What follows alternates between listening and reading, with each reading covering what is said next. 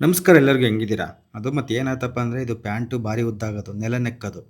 ಅದಕ್ಕೆ ತೆಗಿ ಇಲ್ಲಿ ಸರಿಯಾಗಲ್ಲ ಅಂತೇಳಿ ನಾನೇನು ಮಾಡಿದೆ ಒಂಚೂರು ಲೆಂಗ್ತ್ ಅದನ್ನ ಕಟ್ ಮಾಡ್ಕೋಬೇಕು ಅಂತೇಳಿ ನನಗೆ ಬರುತ್ತೆ ಇವೆಲ್ಲ ನಾನೇ ಮಾಡ್ತೀನಿ ಸಣ್ಣ ಪುಟ್ಟ ಆಲ್ಟ್ರೇಷನ್ ಎಲ್ಲ ನಾನೇ ಮಾಡ್ತೀನಿ.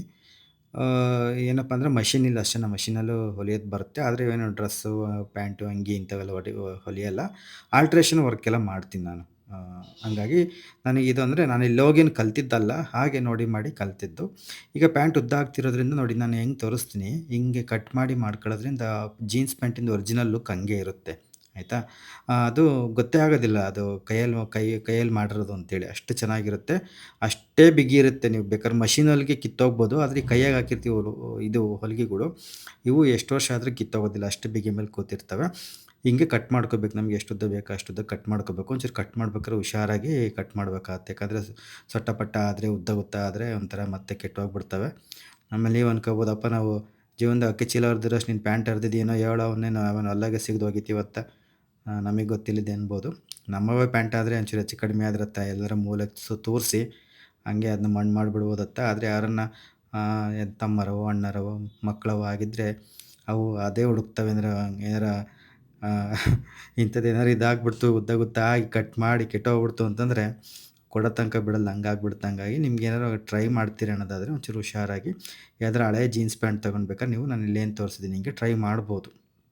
ಯಾವಾಗನ ಆರಾಮಾಗಿದ್ದಾಗ ಟ್ರೈ ಮಾಡಿ ನೋಡಿರಿ. ಚೆನ್ನಾಗಿರುತ್ತೆ. ನಿಮ್ಗೆ ಗೊತ್ತೇ ಆಗೋದಿಲ್ಲ ಅದು ಕೈ ಹೊಲಿಗೆ ಹಾಕಿರೋದು ಅಂತೇಳಿ.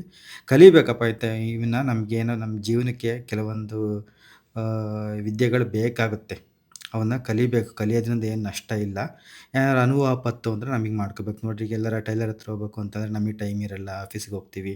ನಾವು ಫ್ರೀ ಆಗಿದ್ದಾಗ ಅವ್ರು ಸಿಗಲ್ಲ, ಅವ್ರು ಫ್ರೀ ಇದ್ದಾಗ ನಾವಿರಲ್ಲ ಅನ್ನಂಗಾಗುತ್ತೆ.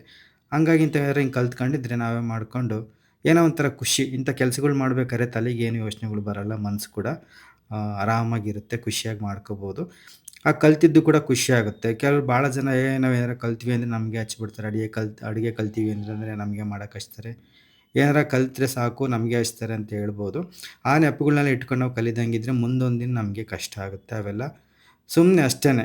ಅವಕ್ಕೆಲ್ಲ ಏನು ತಲೆ ಕೆಡಿಸ್ಕೊಳಕ್ಕೆ ಹೋಗ್ಬಾರ್ದು. ಎಷ್ಟು ಜನ ದುರುಪಯೋಗ ಪಡಿಸ್ಕೊಂಡರು ಅಲ್ವಾ? ನಾವೇನು ಕಲಿತೀವೋ ಅದು ನಮಗೆ ಒಂದಿನ ಉಪಯೋಗ ಆಗೇ ಆಗುತ್ತೆ.